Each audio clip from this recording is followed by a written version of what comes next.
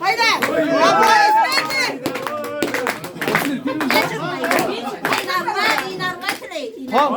Oğay kayıp olur ne dilegenden cırıp. Rastlanır ama koş koysa. Zülfiye kaynarla da oldukla. Olluk mu nu? Olduk. Ne oldu mesela? Zülfiye.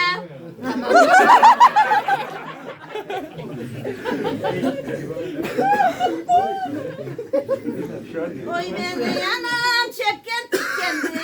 Üstüne tek bolsa kiyerdim. Sürmegenime beni bergendi. Vargandan sonra süverdim.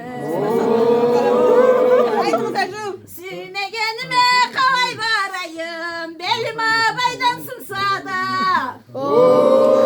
Sürgen çigimden kalay kalayım. Aylanıpsa da kacıysam da. Çalda cürsen, yalaya cürse, akçer çarılıp çutarık.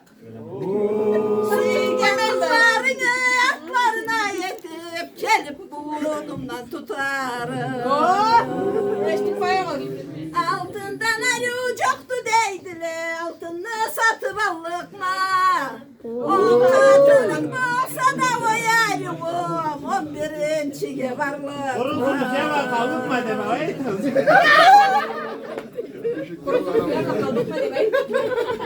Ayağını salıp versen. Seni süyeme sana varlık mı, almasan alay kallık mı? Kalmak şuna video olmuş. İkinci cılı tenine varıp, yüreğini de çalmak mı? Kalsın çalmaya nasıl olur? Ara